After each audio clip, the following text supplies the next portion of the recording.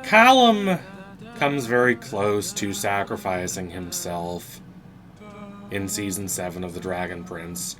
He comes very close to sacrificing himself for Rayla and for the world at large to finally defeat Erebos. This does not, of course, happen, but I think it is nonetheless worth thinking about everything that led to this almost happening, and perhaps also thinking about why it did not, in fact, end up happening at the end. Callum actually has a rather significant journey in Season 7 of The Dragon Prince, and I was rather impressed by this. Callum's story, Runan's story, and Ezran's story were actually handled with a degree of delicacy and thoughtfulness in Season 7 of The Dragon Prince. Although I will say that the revelation that Harrow is still alive and that Runan didn't actually kill him makes a lot of Ezran's contemplations throughout the season lose their emotional heft. But still, those are good stories, and I really like what they do with Callum. Yes, the development of the connection between him and Erebos is, well, a little underdeveloped.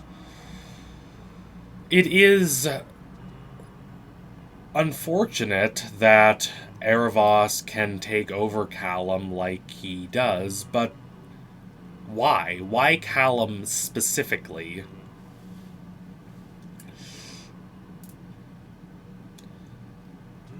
In something like Gravity Falls, to name one of the first things that comes to mind, Bill can enter the minds of people who are vulnerable to him. Someone like Ford or Dipper is afraid it might happen to him, and it kind of does to an extent. Because they are the kinds of people who are vulnerable to that. They are a bit egotistical. They love mystery and adventure, and they're genuinely intelligent, and all those are good things, but they have a bit of an overinflated view of themselves. They're prey to appeals to their ego, to their smarts, and that ultimately leads to them being vulnerable. What's the equivalent for someone like Callum? This isn't him being tempted by the dark side, necessarily. He's never tempted by Erebos. He just is taken over by Erebos, his main antagonist. There's not really a lot of personal connection between them. Nonetheless, I do think that there's a lot of real pathos in Callum looking at this enormous Erebos near the end of the season and being willing to make a major sacrifice. He knows that even if he defeats Erebos, Erebos will just possess him. But, however, if he is killed with Erebos inside of him, then Erebos is gone for good. This is actually a really interesting conceit, and it also strengthens the parallels between Viren and Callum, which are really interesting parallels. It's not that Viren and Callum have a particularly well-developed relationship, but Viren was the best friend of his father. And Callum also takes over Viren's position, being the High Mage of the kingdom. Like Viren, Callum has a dark connection with Erebos, even if it's not as developed as the connection between Viren and Erebos. I don't even know why I said Gravity Falls. I don't need to go to Gravity Falls. I do like that Gravity Falls comparison, but just as valid is the connection between Viren and Erebos. That is a brilliant example of what I was talking about. The show can do this. Viren was taken over and warped by Erebos because he was desperate, because he was ambitious, because he felt adrift and isolated. He yearned to make the world better for humanity and to avenge the sorrows and tragedies he has suffered. And the only route he saw to doing that was through the help of Erebos. So he allows Erebos more and more control over him.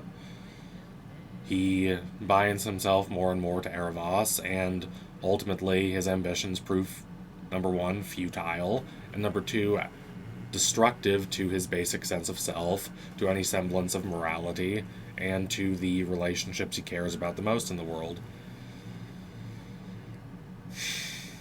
But nonetheless, Viren makes amends. He is finally at peace by the end of the show, and I like that the show highlights that. Regardless of what Claudia might want to believe, her father does not want to come back. He is fine. He has accepted death. In a show all about discontent and desperate yearnings, Viren has achieved that sense of true peace. It's a sorrowful peace, but it is peace nonetheless. He ultimately is willing to die for what he believes is right, and that could have been a parallel with Callum. Could have strengthened these parallels. Callum also does have to confront a kind of darkness in himself, and this darkness is viewed much more ambivalently than it is in prior seasons of the show, and I respect it for that. There is still the whole dark magic thing, which I am still not entirely sure what the show thinks of dark magic. It doesn't think of it very highly, but it seems to vacillate between whether it's an extremist measure that nonetheless has important and valuable qualities, or just something that should be avoided at all costs. Callum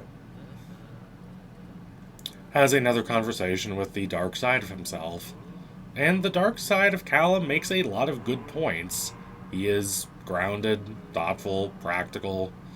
He's not right about everything, and he has a bit of a cynical outlook on the world, but a lot of the points he is saying make sense, and Callum is much more willing to listen, instead of viewing this darkness within himself as something vile and disgusting that he should reject at all costs. He is able to maintain a strong sense of self while nonetheless listening to this other side of himself, these urges that he previously refused to admit were within himself, and certainly refused to admit are useful or helpful in any way. But that is a part of himself, and it is a part of himself that he can learn from. It's kind of Jungian in a way, this reconciliation with these parts of oneself that one rejects or does not understand or views as something other. These qualities, these so-called dark qualities, are part of oneself. One has a connection to them, and one must understand that this is part of one's own identity without allowing oneself to be overwhelmed by that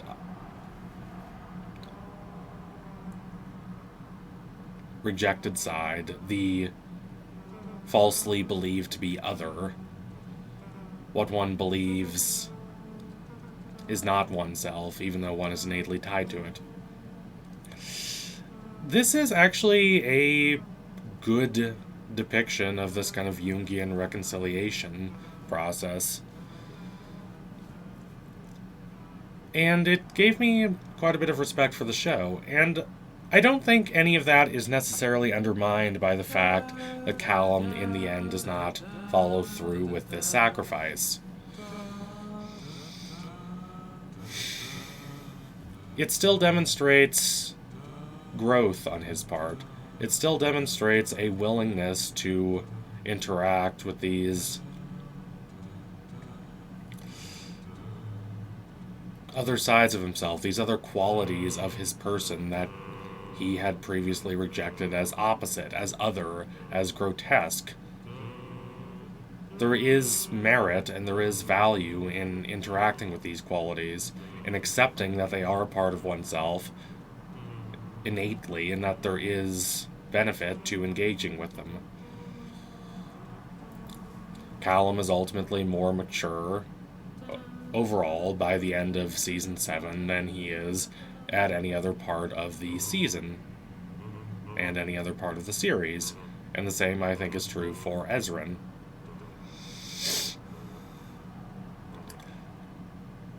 Now, there is the question of, do I wish that Callum actually sacrificed himself? A little bit, yes. I don't think it is necessary for Callum's story, but I do think it would have solidified a lot of the points that I am making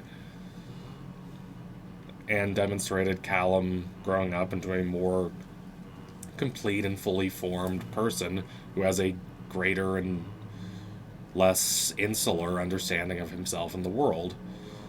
It would have been a tragic ending. Rayla certainly would have been very saddened.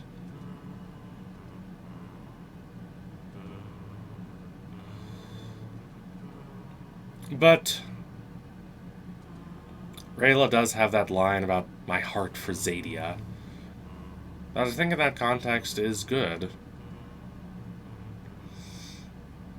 Doing something that would have completely devastated her heart. Seeing Callum die like that. And even perhaps being the instrument of that. In a way. Would have left her character, I think, in a stronger and more robust position. I think Rayla's character has kind of slipped out of focus a bit since she fully committed to joining the good guys and fully committed to coming back after running away.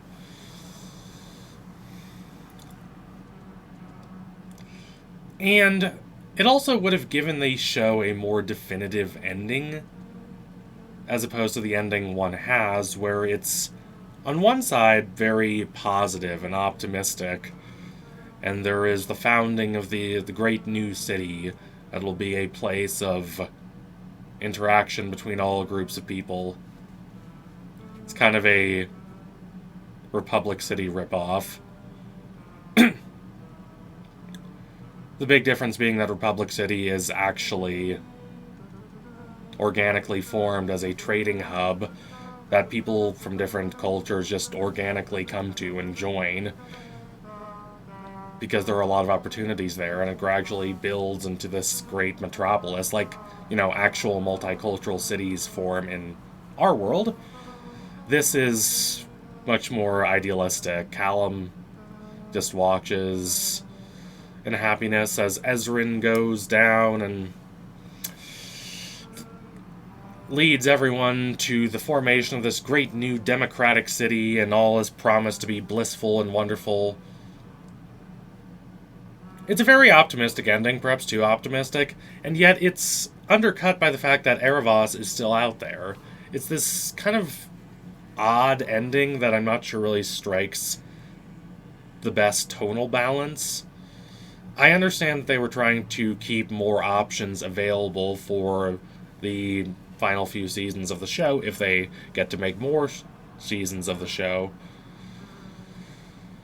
But it just leaves this season feeling a bit unresolved. Callum, if he had done that sacrifice, there would have been that sense of resolution, and I think most of the complaints people have about this season would be completely wiped away just by that one different decision. Nonetheless, I do think that this season is very good at exploring Callum's character in far more depth and nuance than the last few seasons of the show.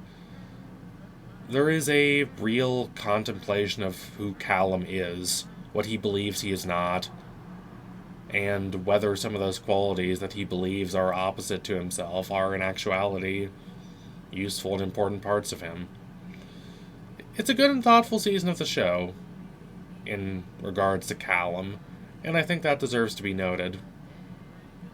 He's one of the characters the show mostly does right by this season.